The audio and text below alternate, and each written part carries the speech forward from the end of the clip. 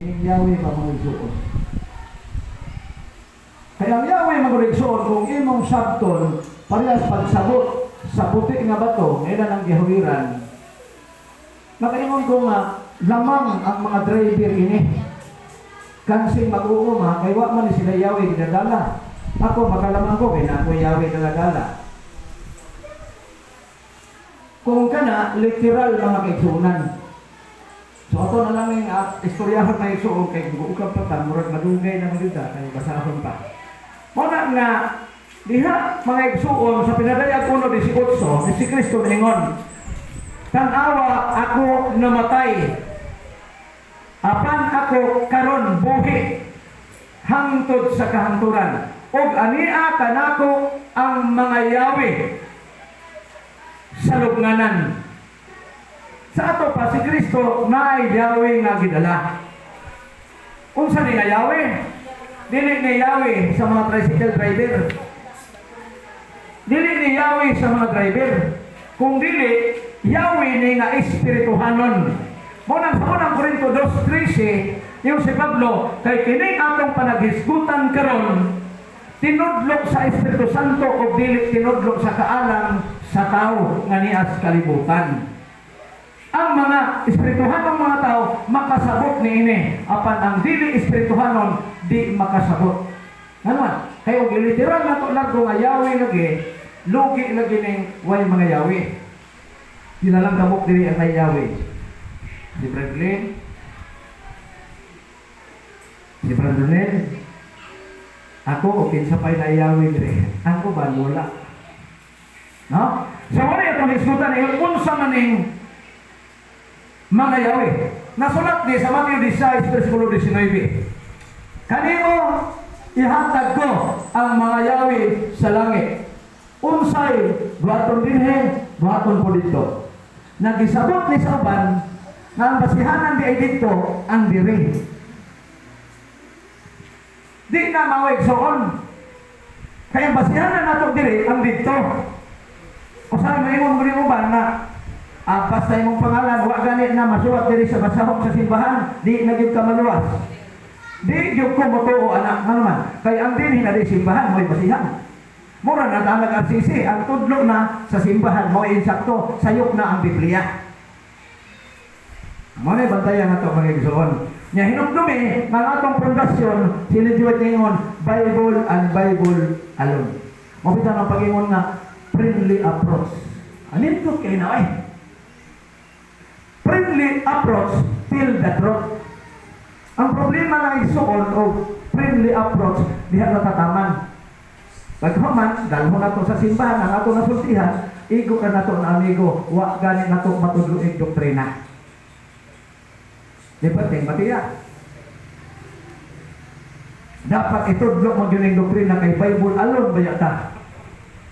Unya o tinaugali mo na lang na itong prinsipyo, mga itong sundon, nawa na ta magkalimao. Na? Kining Yahweh mga igsoon, importante ni.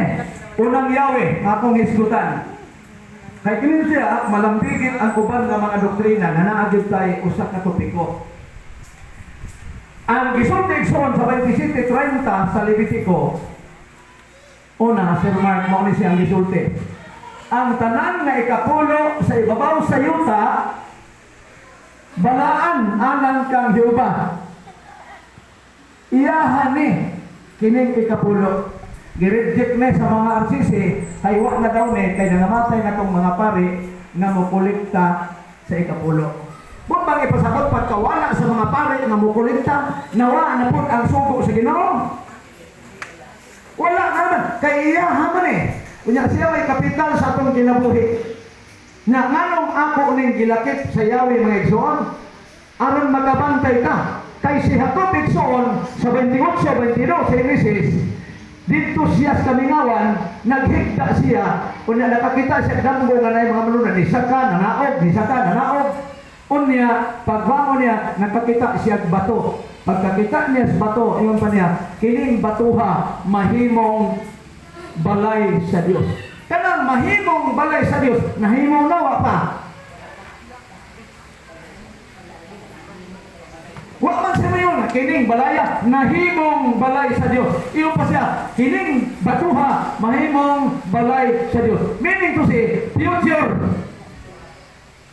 Nakaroon ni abot ni, pag-abot ni Kristo. Ang balay sa Dios, kay iglesia man Gs 21 si Brohanon, natukod ang iglesia pag-abot ni Kristo. Nagisulti sa tao sa Dios nga siya nga mahimong balay sa Dios. Unsa man ang iglesia?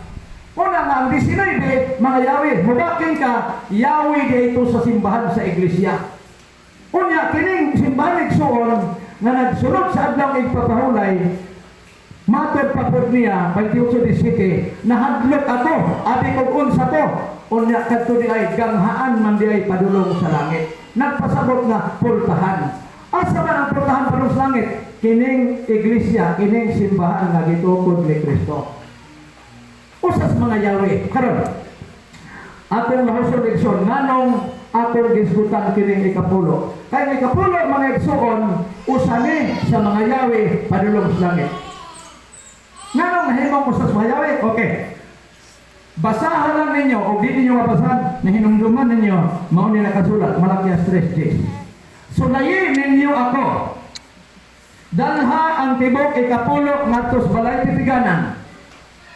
Di ba buksan ko ang langit? Kanang pag-imog, buksan ang langit, naapri wala.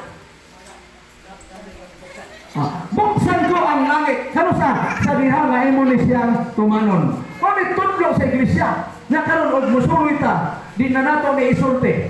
Wag giguba ni pag-ayo sa mga RCC. Kay wala na kunomi. Kay pagluwa sa mga pare, wala na po kuno ng ikapulo. Sa ato pa ang sugo sa Diyos na ang ikapulo balaan iya pagkapatay sa mga pare, namatay po day kape. Wa mamao. Unya, para nako sa akong gitunan Biblia, dili ni pwedeng mamatay ka man. Yahweh ni langit, kay pagtuman mo ni, buksan ko ang langit o ibukbok ko ang mga panalangin nga walay kabutangan. Naiwa man kasabot, sige ko na uli, nga wag madato, nanundang naman. Ay, bot-bot man ang ginutis Biblia. Wag kasabot, ngayon ang Mateo 6:19, nga ayaw mo pagtigom o mga bahandi kini sa yuta. Kay naay kawatan, naay taya, naay daghang tulisan, pagtigom mo dito sa langit. Unsa ang pagtigom sa langit? Pagtuman ni mana, maabli ang langit. Nagpasabot nga nana kay passport padung sa langit. Nagwala na, wala kong ingon sa mga sakop ni Elisuriano dito sa Santa Maria. Nagtudlo si Elisuriano, wala ikapulo. Unya pagsultin malaki sa ditin, buksan ko, nagpasabot mo si Elisuriano, gitakluban niya ang langit. Di na mapasunog langit, naman, gitakluban man. Usaw niya pag-abli, nangi-abli sa langit na Yahweh, maumandining pagkamasinundanon kung unsay iya sa Ginoo. Wako mag-ingon nga kita na nga perfect anak. Usane nga dapat natong mahinumduman. Wa man putapog sa isod, sulayin ninyo ako. Muna ayaw katingala Sir Martin nga manang sa divine service na ay kitawan o tithes and offering. Dili pa gipugos anak, pero kini di pahibalo para manaatay knowledge nga kana day siya usa sa mga Yahweh nagiingon sa Mateo 16:19 nga naa sa iglesia. Nakaroon, kung sa mga Yahweh, Yahweh sa lugnanan. Anong sa lugnanan man? Kay bisan pag mamatay ka, kung masinundanon ka sa iyang kabubuton, sigurado nga kanang imong pansyon pohon bisan pag unsa nakalig-on, maabri na siya mga igsoon. Kung ang dili na siya Yahweh nga sa karninote. Kung dili Yahweh na sa kaluwasan. Usa na siya. Sunod. Sunod nga Yahweh, na importante yung mga pundasyon sa Seventh Adventist na dapat mahibalaan dito sa mga tao. Deuteronomio 14, versikulo 2 o 3. Nabay Bible na. Sige daw, sinipa ko no. Ato ko ng basahon. 14, 2 o 3. Kay ikaw mao usa ka katawan nga balaan nga imong Dios. O si Jehova nagpili kanimo aron mahimo nga usa ka katawan nga maangkon alang sa iyang kaugalingon ibabaw sa tanang mga katawan. Nga ana ibabaw sa dawong sa yuta. Dili ikaw magakaon sa bisan sa bisan unsa nga butang nga nalungtanan. Nangalang rason sa uban, makana siya daang tugon pa na siya. Sa ato pa kay daang tugon man na siya, wala na. Ang imong pagkabalaan, mawala na po. Kung ang pagkabalaan, kay maumani, usa sa Yahweh nga makasunod ka sa langit. Daniel 7:27, ang gingharian sa langit, gitagana alang sa mga balaan. Karon kung daan na di na tumanon, kaon na tabi sa unsa, nagpasabot nga dili na ka mahimong balaan. Yahweh, yes Yahweh. Nga naman, kay kung mukaon ka na magidili sa Ginoo, mahimong masiratan ang kalibutan. Asa man ka panulong, kung ato ni Subakon, Isaiah 66:17.